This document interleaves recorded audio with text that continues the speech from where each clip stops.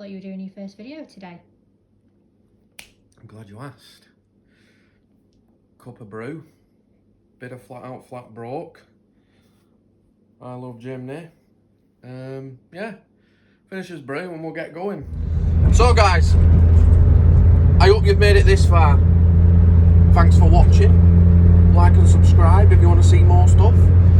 Just got a few errands to run. Got some up tyres to post. A few other little bits and bobs to sort out. Stuff for work. You're currently joining us in the fast van.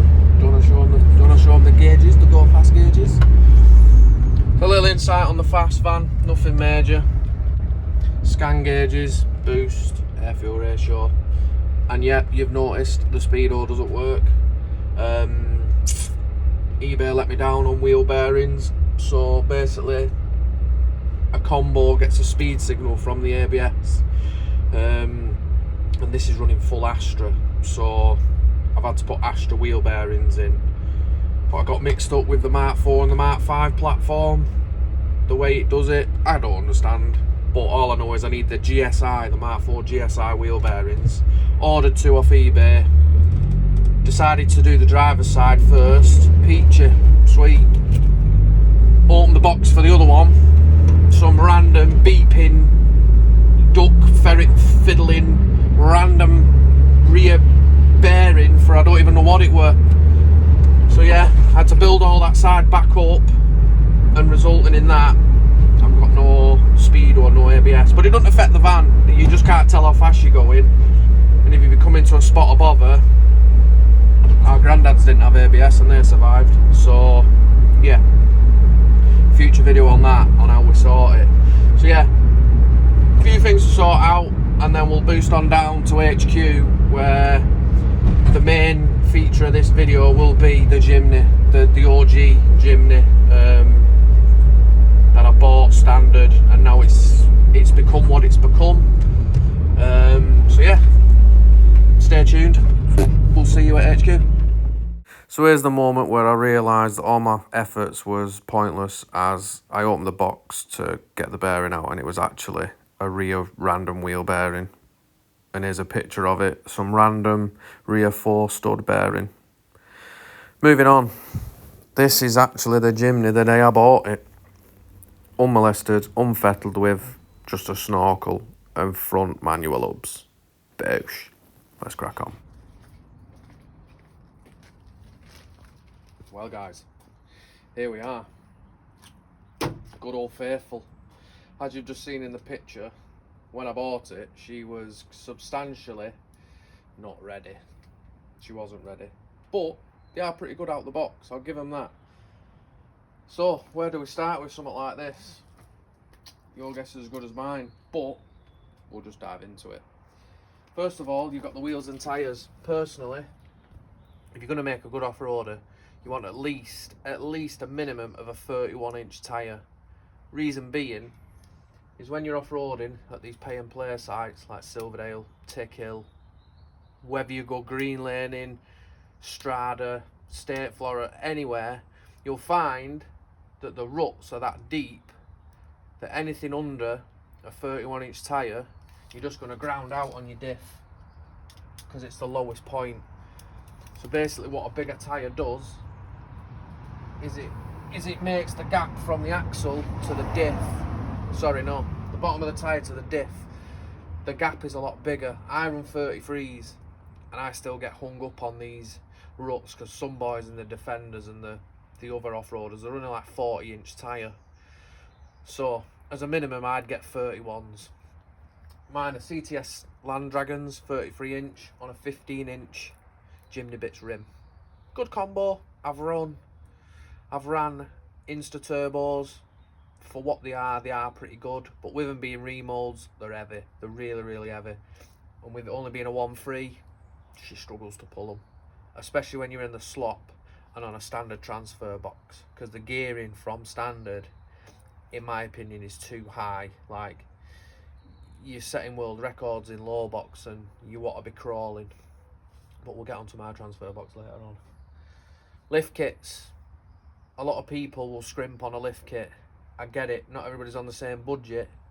But if you can save up enough to get a proper lift kit with radius arms, just do it and you'll never look back. So I'm on a Black Raptor 4-inch lift. That's a suspension lift with adjustable shocks that go soft and hard and a 4-inch lifted spring.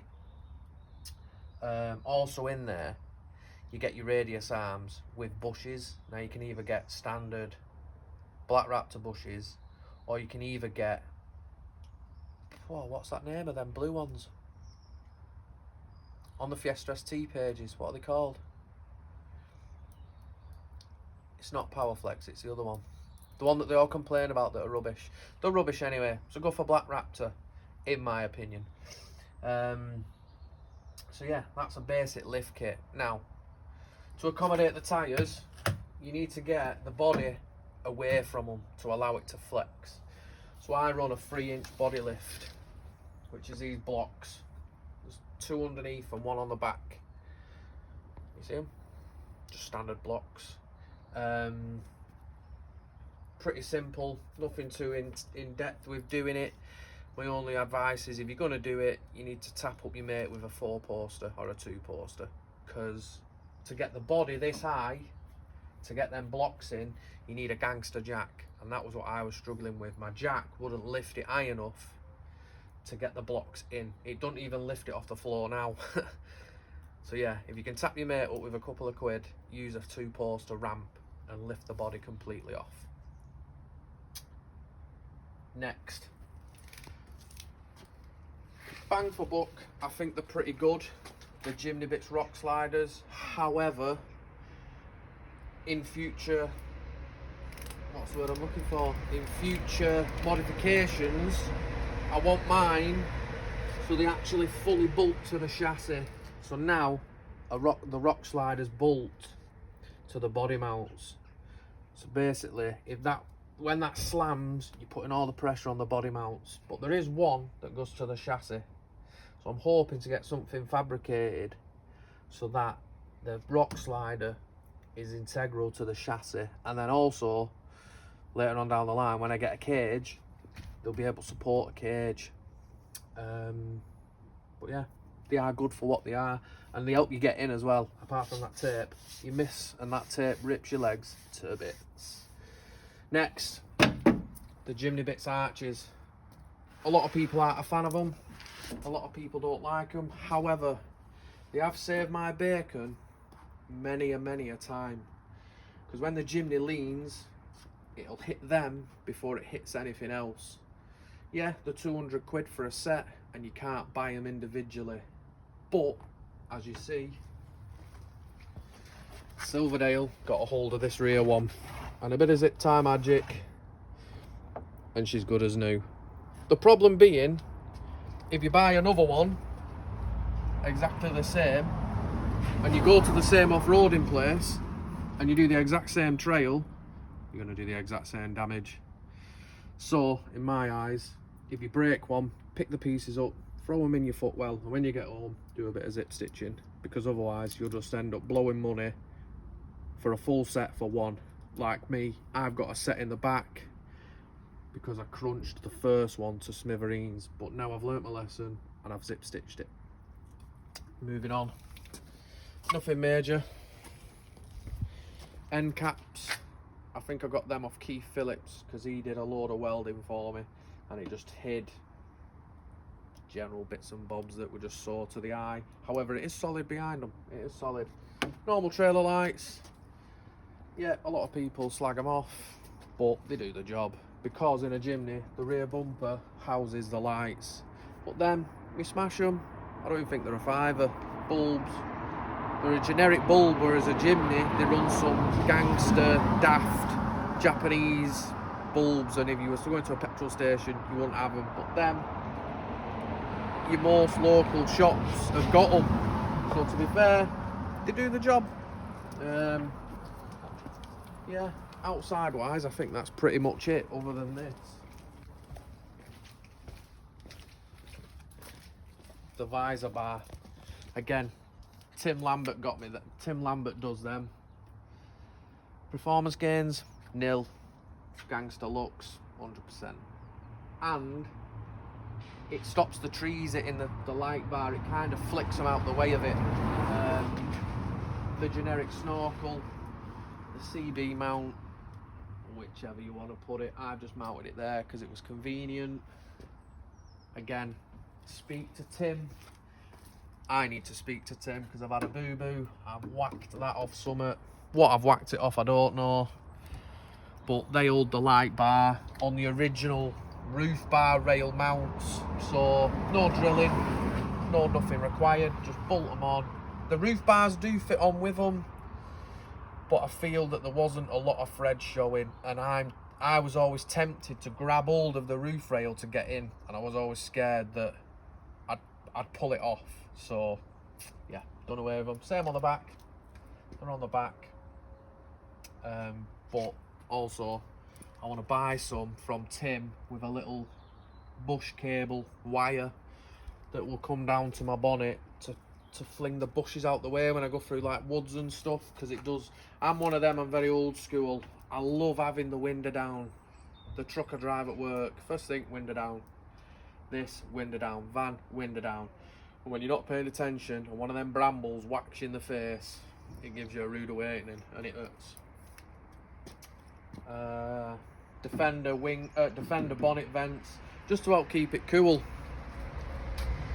They're nothing major, just stainless steel vents, nicely plonked in there. Yeah, and that is probably it for the aesthetics. I run a 30mm spacer on the front because why not? Yeah, it chews through wheel bearings, it absolutely munches them to death. However, I'm not really too fussed. I use it, it's a toy, it puts a smile on my face. Set of bearings, just chuck them in. Moving on. I see it all the time, guys. I go laning on my own without a winch, without anything, and then 2 o'clock in the morning on the green laning page, I'm stuck. Yeah, you're a wally. Even a front winch. Get yourself a proper winch wired in. I've got a Jimny bits, £9,500. Yeah, £9,500. Ample for a Jimny, ample. You want to start pulling Defenders, the £9,500 one will do it. However, you'll not get the Jimny to stay in one spot. Even with your foot on the brake. What weight are we talking in a Defender? 2.5 ton? I bet this isn't even a ton. So when you start pulling, you'll just drag the Jimny to the Defender.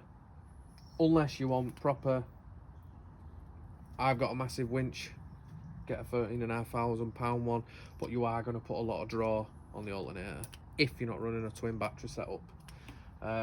Soft shackle, a good hook, and always guys, synthetic rope. Personally, I won't stick with wire rope.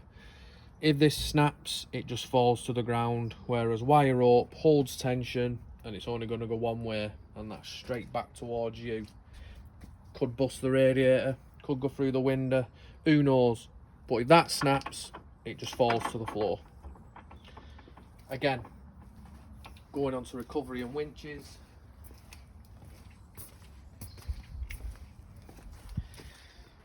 Lambert's Engineering, top man.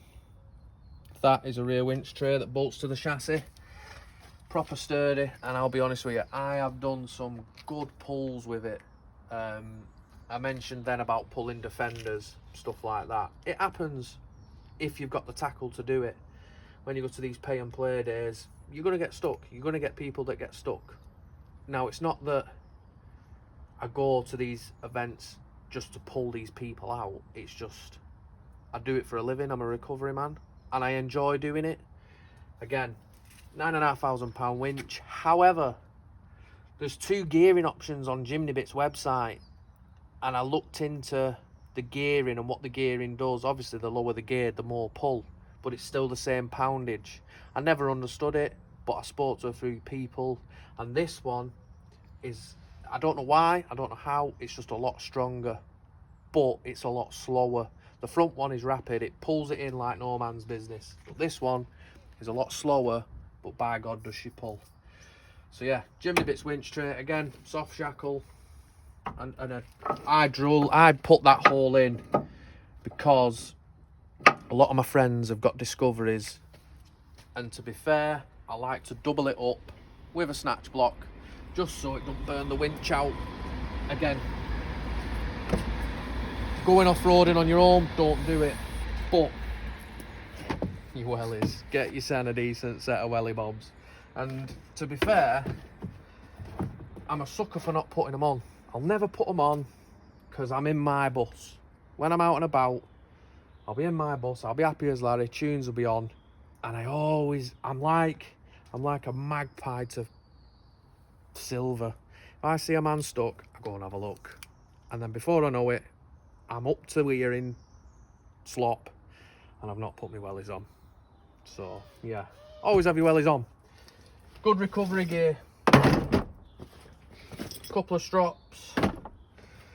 I tend to stay away from that, however one of my pals give it me, but to be fair, I'm not a massive fan, so that is just there anyway. Strops, extra shackles, and most importantly, a snatch block. Now, whether you want to divert the pull or you just want to increase the pulling power of your winch, they're always handy to have. So I just keep it in there, little grease nipple, couple of pumps every now and then, keeps it nice. ARB tyre inflator, but a fast one. A little blower, because as mad as it sounds, when everything gets full of gunk, full of poo, at the end of the day, I can plumb in my air tank, I plug in my air feed to there, and I just blow all the stuff around. I just blow it all off, and yeah, it just helps keep stuff clean. Again, moving on into inside, the ARB stuff is there, so if I want to air down, I can air down. If one of your mates get into a bit of mither with no air in the tyres, or a tyre comes off the rim, at least you got the chance of trying to get it back on. So that's that. Again, very basic tools, but I don't carry spares. I don't carry spares for one reason: if you need the spares, you're buggered. But for the likes of if a front half shaft snaps, you'll find that the CV joint will explode in the knuckle and you'll have no steering, and if you was to try and get it home, it's just spinning inside and it will just smash everything to bits. So if I was to snap a front shaft, not that I will anymore because I've got uprated ones, but there's always a possibility, I can undo the hub, I can take everything apart, and I can drive it home. So yeah, it's not the fact that I need spares, it's just in case something needs tightening, something needs taking off. These are a bugger. They're always working themselves loose because obviously the flex in the dampener makes that rotate, so you'll hear it going down the road, it'll clank. 90mm on it, quick nip up, she's golden. Batteries, twin battery setups. These batteries in here are solely for the winch. That's all they do. So the Jimny battery is left to power the Jimny. That's all it's done, that's all its job. Whereas them two batteries are charged off the alternator, and they literally are just to power the winches. So I can use both winches at the same time, and it doesn't slow down, it doesn't bog, it will pull in on both no matter what. Again, wire. The wire you use on your winches is just as important as the winch you buy, because now all these sparkers are going to go, oh, that's wrong. But I think it's something to do with the draw. So if the wire's not big enough, it will make the wires really hot, and that's where the power will go. It'll just dissipate. Whereas them wires there, I think they're 75mm squared. I don't understand what that means, but it's basically welding earth wire, and whatever size that powers, I don't know. But the wires don't get hot, the batteries don't get hot, and the Jimny don't struggle. Moving on to the air compressor. Now, if you want diff locks, this is what you're going to have to get set up. The battery tray is just to protect it, because as you can see, my tools are in here. Stuff can get flung in the back in the panic of a winch out, or your butties and your shoes and everything. So it's just to protect it, and it mounts the standard, I want to call it tank, but I run a little 4-gallon tank, and that compressor fills that, and it'll probably last me all day on an off-roading event, because there's not worse than that compressor kicking in every 30 seconds because you've disengaged, engaged, disengaged, engaged your air lockers. So yeah, that is that, and I've never had any trouble with winching. I've never had any trouble, touch wood, with my diffs yet, but I do look after them. I have to admit, I am a sucker for looking after them. I've got my CB radio in there, if you can see it. That all works. My switch panel in the middle there, and we'll get onto that later on. But that is everything that gets used more or less all the time. Moving on. You find a lot of these people that when they're buying or trying to sell a Jimny, the top line of the advert, my Jimny goes anywhere. Don't get me wrong, they're good. They are very good. Very, very, very good. However, they're not that good. So if you come down here, on the back side of this here is my, you won't be able to see it, but my air locker goes into that, and it has got an ARB rear locker, and they are night and day difference. You want a serious off-roader, at least a rear locker is needed. Breather, diff breather, I made that myself, tapped into there, push fit connector, pipe all the way to the front. Custom made brake lines. These are made by me because the full Jeep has had a full brake line rewire. There's no copper pipe on it because it was just all horrible and gunky. So the T-piece feeds both rear calipers, because again, it's got a Jimny Bits rear disc conversion on it. Again, Tim Lambert's Panhard bar, Jimny Bits bump stop, and them are off eBay, believe it or not. They are rear cone dislocators. So when the Jimny flexes and the spring droops down, that guides the spring back onto the seat. And yeah, ever since I've bought them, they've been the best thing since sliced bread, because it don't sound like your spring's going to fall out when you carry on driving because the spring ain't seated properly. Rear disc conversion. So these are actually off a Mark 7 Fiesta, because I just had no end of problems with the McGann calipers that Jimny Bits sell. Nothing wrong with Jimny Bits, love them to bits. I think they're the best service out there, but the car, I just could not get on with the calipers. So they're off a Mark 7 Fiesta, and this Jimny, as my missus will tell you, Richard's Clapped Out Car Club has had some serious money spent on it. And the rear axle in this Jimny is what they call a floating rear axle. So to explain what that is, I'll show you on this shaft.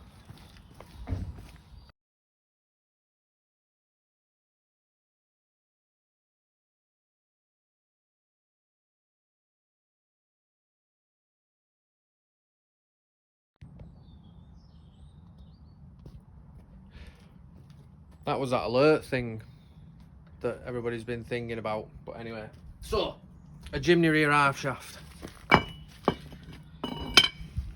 Shaft, bearing. See the bearing there? The bearing is what supports the shaft in the axle. So if that bearing was to fail, like this one has, and it's uber tight, I can't spin it. So when that bearing fails, that means that this shaft can potentially walk its way out, because the only thing keeping that shaft in is the fact that that bearing is pressed onto there. Not the best idea by Suzuki, because all the weight now of that Jimny on the back end is on the shaft, because theoretically the bearing sits in the axle, and then that supports the Jimny. So if the bearing fails, potentially your axle could fall out. So what I've got on the back of my Jimny from Brett Dukes is what they call a fully floating back axle. So it'd be pretty hard to see, but in a future video when I do a rear wheel bearing, you'll see it. So in there, I've got separate axles, and the back of it runs on a front hub itself. So the back is exactly the same as the front. And if you notice here, it's got a hub manual locker. So basically, you know, when you go on like Jimny bits and you want a front manual hub, I run these off a Mark 1 Vitara, and if I was to snap something or I needed to tow it, I could just undo them bolts and the shaft will slide out. Whereas with you boys that still run them, you'd have to pull the prop. So again, it is a lot of money, but I feel that I was going along the route of needing more strength, because when that diff locker's in, it does put them under a lot of stress and it just kept killing the bearings. So yeah, Mark 1 Vitara, them are solid hubs, so they put the drive into the hub. And if you notice on the front, I've also got them on the front, so I don't have to get out and twizz the manual hubs, because mine are already locked in. Yeah, puts a little more strain on it because you've got the drag of the front diff and the prop spinning. But other than that, she's golden. Yeah, Mark 1 Vitara, them are. Moving on to the radius arms. So again, when you buy a 4-inch lift kit or a lift kit, that in there will tend to be a bush. But I've got what's called a Johnny joint. So basically, if you used to look at a Johnny joint on Google Images or anything of that nature. So basically, if it's a solid bush, so when the bush is in the radius arm mount, when the Jimny flexes, so let's say the passenger side drops, yeah, and this wants to drop down, it wants to twist, because obviously as it drops it twists. So with a solid bush, you're constantly fighting the mount, whereas the Johnny joint to some degree flexes quite a bit. So in hindsight, the Jimny now does flex extremely well, and it don't put any stress on the mounts. And you'll find that with the extreme flexing, you see these here, the radius arm mounts on the back of the axle, you'll find that they bend because that is trying to twist inside itself, and the Johnny joints prevent that. They don't stop it, they just prevent it, help. But since I put them Johnny joints on front and rear, the travel in which it will flex is phenomenal. It's good. But again, that's something that I've done, and I've had people weld it up for me, because I'm not the best welder at the minute. I'm trying to learn. So if Rick Windsor's watching, thank you very much. Next, all the rear. Shout out to Keith Phillips. He made all my rear mounts. He's done my boot floor. He's done all the inner arches. He done it all, made it all nice and strong for me. A good point for if you're going to buy one: open the boot, pull the carpet up, and you need to look inside, and you need to check for rust there, check for rust under the arches, because that's where the rust gets them. So if you're going to view one, look in there and you'll find a little well where the jack sits. That'll either be gone or inside there. Again, personal preference. If you're going to buy one with a lift kit already on it, because you can get in and look. Next, props, drive shafts. So we've already touched on the subject of the rears. The rears is on full floating rear. You'll find when you get your Jimny and you do your first off-roading day, the one thing that will let you down is the front shaft. It will blow that CV to the moon. It'll just bang, it'll just blow it. I was a victim of it. Out and about with my pal, stupid o'clock at night, told the missus I'd be an hour, turned into a 10-hour ordeal because the front CV blew up. I lost 4-wheel drive essentially, and I could only turn left.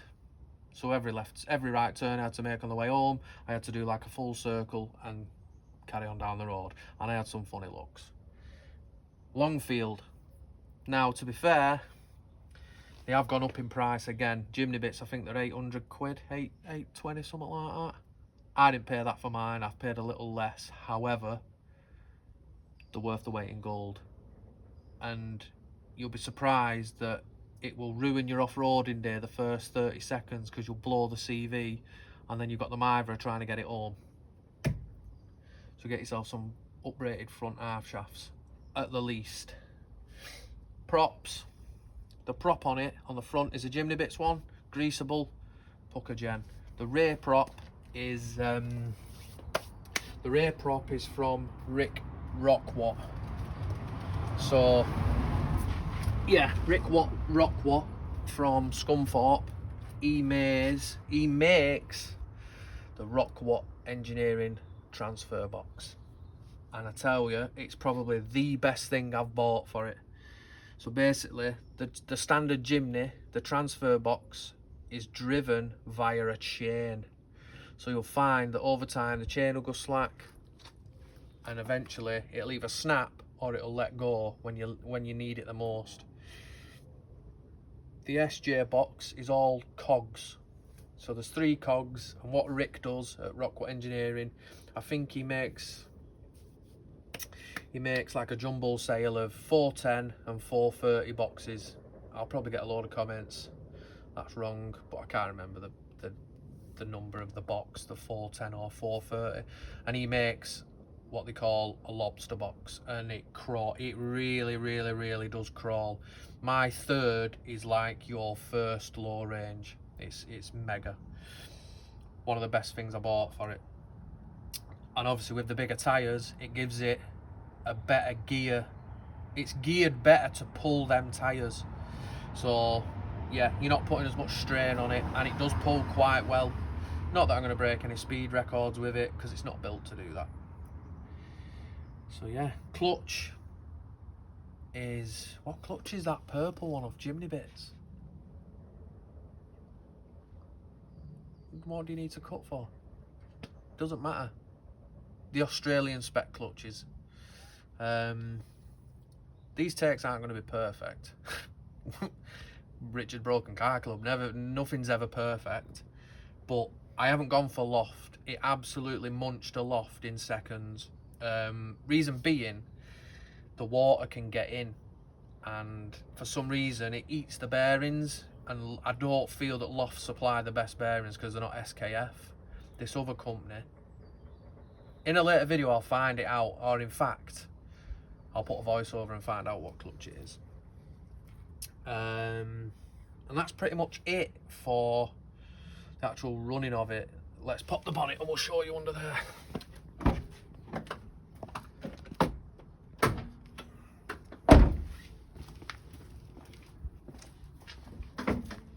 Again, nothing too spectacular under here because it's not a race car, it just needs to be reliable. And this thing has never given me any jip whatsoever. In all the cars I've owned, fettled with, messed with, as my missus says, ruined. This one is never ever missed a beat. As you can see, we've got the snorkel to the standard airbox, K&M filter in there, and I just wanna tidy a few things up with people putting snorkels on Jimnys and all the questions they ask.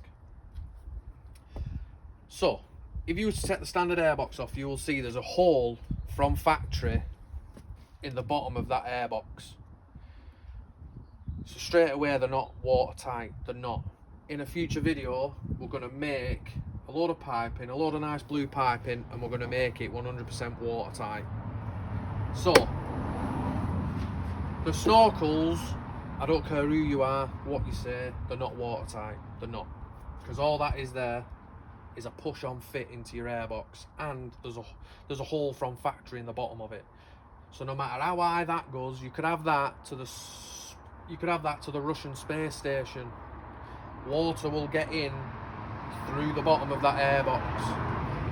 And also, these don't like getting wet, don't care who you are. They don't mind the slop, but you get them wet, they don't like it. So, the alternator is there, airbox is there.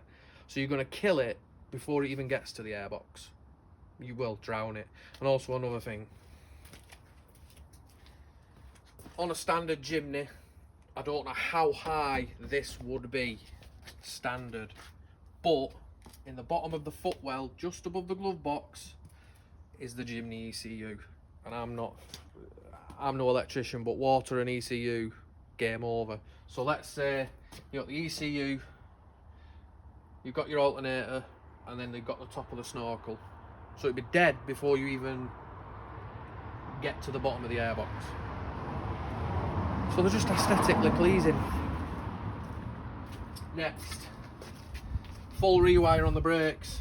For some reason, when I put my rear disc conversion on, we went to go and see my uncle, and it was a short trip down the M60, and me and my missus looked at each other and we thought, it's on fire. Something was wrong, something was amiss. And it was the rear brakes binding, it was the rear disc, sorry, the rear pads were just not releasing off the disc at all. So I was like, right, Miver, need to sort that out. And I couldn't be bothered trying to find old pipe and new pipe, because the guy who I bought it off, beep Mick, beep is to get rid of the swear word, left the old pipe work on it. Don't know why. So I thought, bugger it, I'm just going to reline the full thing. So everything on this now is AN3. Braided lines, adapters on the master, and a brake bias valve going to the back. Everything's brand new. So that's that done. The breathers, so we've got diffs, gearbox, and front diff there. So again, they don't need to be up to the roof, because by the time you've got to the alternator down there, she's dead. So there's no point in them trolling up the side of your Jimny and flapping about in the wind. Winch control box. A lot of them from factory, they want you to mount them there. Now, when she's pulling down the road, it does put a lot of strain on it. And with that box there, and the winch there, and the number plate there, you ain't going to get no flow to the radiator. And also, with it being on the front there, the first mound of muck you crunch into, it's going to snap your winch control box off. So I've got it in a Jimny Bits battery box, and obviously my remote for the white winch is in there. Now, I've not pulled this off in a long time, and it isn't bolted on either. However, let's see how clean it is inside. So as you can see, it's not even bolted on, because it should bolt up from the bottom, but I've had to mount it in a way where I've had to use them holes to secure it to that. Proof in the pudding, she's fine. Hardwired in, so normally with a Jimny Bits winch or any other winch you get what's called a wander lead. I think that's what they call them. But I've done away with them and I've hardwired them in on the dash in there, which I'll show you in a minute. Standard washer bottle. The horn works off the rear wiper, because I can't remember why, if I'm honest with you. It was just one of them days where I needed to get out and about in it, and the horn wasn't where it's supposed to be. So it's wired in there on original Jimny electrics, rear washer motor. Oh, that's what it is. So you'll find on the Jimny that they have two washer pumps. One for the rear, one for the front. Now, I don't run a rear washer, nor do I run a rear wiper. So the rear washer powers the horn. And I'll tell you why I've done that now, because I've just twigged. Because I'm Bad Boy Racer, I have not got a horn button, because I run a Sparko steering wheel that was out of the Fiesta. Oh, I've just noticed something there, Babs. Just 1 minute. Zoom round to me. So, the other day, I was mocking up my new airbox configuration. However, she needed a ticket, so I had to put it all back together one day after work. So put that back on there now. Nobody's perfect, even I'm not. So yeah, that's pretty much it under the bonnet. Nothing much to really brag about. Yeah, radiators pretty standard. I wouldn't mind an alley one, but they all come with let me start again. They all come with the automatic transmission cooler built into them. I don't need that, so I'm pretty reluctant to buy one. However, I've got a couple of mates on Facebook that make radiators, so eventually I'll get one ordered or ask one of my pals to make one. Lights, standard, the angry little eyebrows. I bought it with them, I'll keep it with them. I think they had a little bit of character to it. Yeah, that's about it under here. We ain't breaking no speed records with it. She don't pull like a TD5, but she doesn't half winch them out alright. Again, the vents are functional. I have cut them out. In a later video, we'll take them off and we'll paint the back of the bonnet, because I don't want the bonnet to just go rusty. Again, ADHD Rick mounted them and then it was home time. So yeah, let's get into the inside of it. Go around that side, Babs.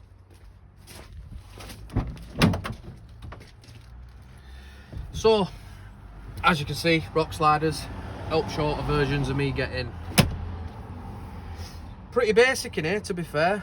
Obviously all my winch connections. So basically they feed the winch control box. That's all they do, from the batteries. And obviously my light bars and a few other bits and bobs.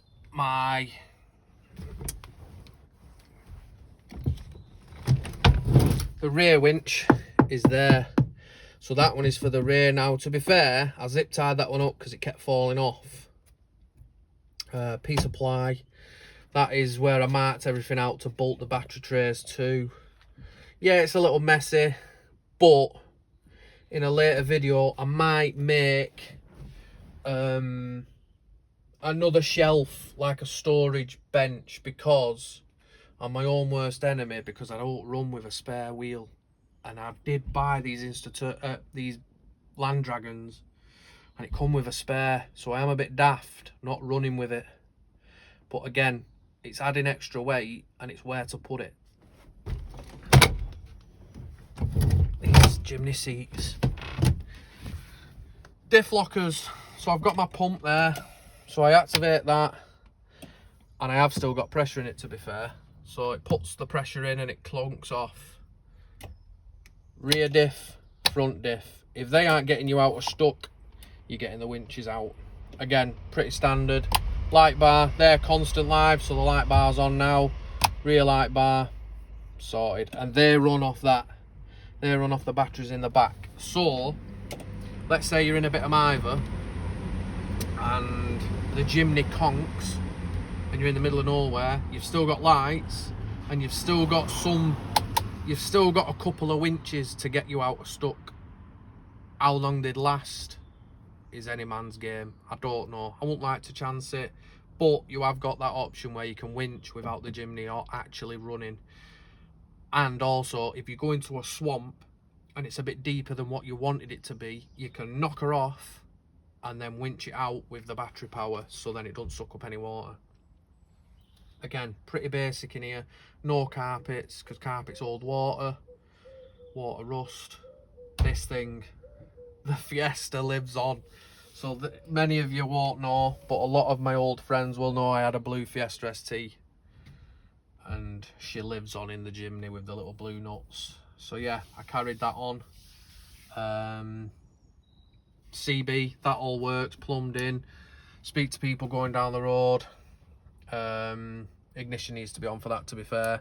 And the Fiesta gear knob, that was actually out of the Fiesta, so it lives on there as well. We got that, didn't we, when that was the first thing we ordered to the apartment, weren't it? So that Emily bought me that as a moving in present. So a little bit of sentimental value.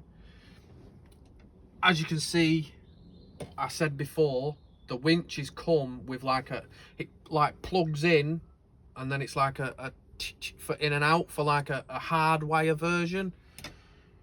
Who wants to be getting them out all the time when they're wired in there, front and rear, in and out on toggle switches? So I can do it from in here, or if you trust your pals, front winch, rear winch. Again, these little lanyards were, I think there was like £3 each, and I always kept picking up the wrong remote. I did try writing on them, but when you're out and about full of muck, it's just easier to go, oh yeah, that's the front one, oh yeah, that's the rear one.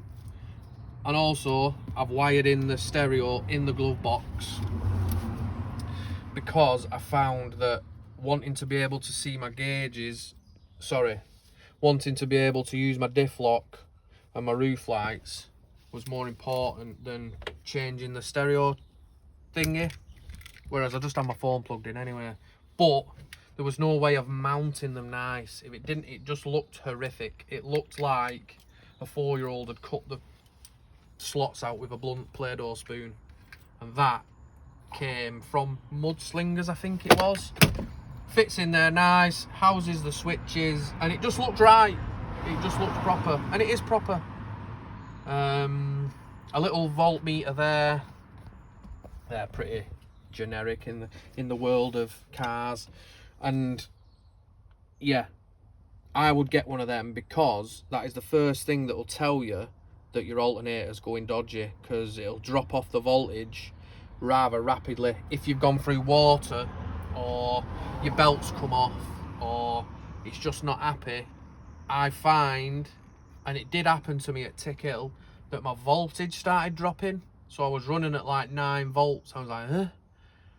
And then before it got to so long, then the battery light came on. But I'd already drained from like 12 volts to 8.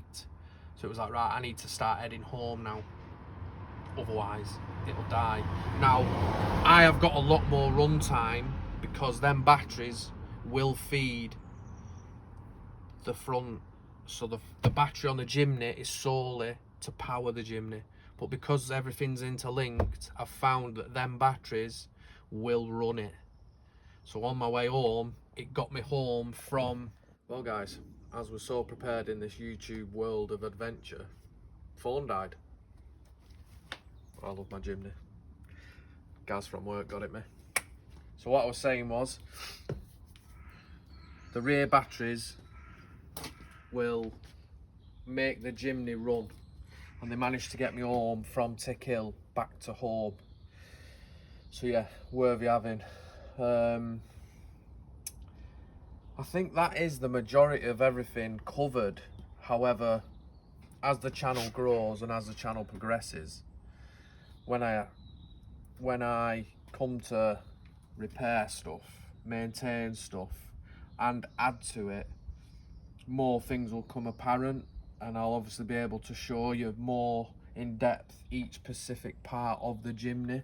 This was more like a little rundown of it. The Pacific Ocean. Yeah. So all in all, it is a fun little thing to be out in. It served me well. It puts a smile on my face every time I go out in it. And yeah, if you ever got any mither with your Jimny, drop me a message, RPG Motorsport on Facebook. I'm always happy to help. If I ain't broke it, or if I ain't changed it, it's not worth changing, if I'm honest with you. It's pretty reliable now, so yeah, unless I break something on it. But it's using it. I don't abuse it though. I use it for what it's for. And the nature of the beast is, stuff does break. But let me know what you think in the comments of the first video. I'm not shy. Don't be horrible though. Life's hard enough. But yeah, like, subscribe, tell your friends. And next week's video will be the fast van, the Z-let powered van. But that's it for this week. Stay safe out there, and I'll catch you on the next one.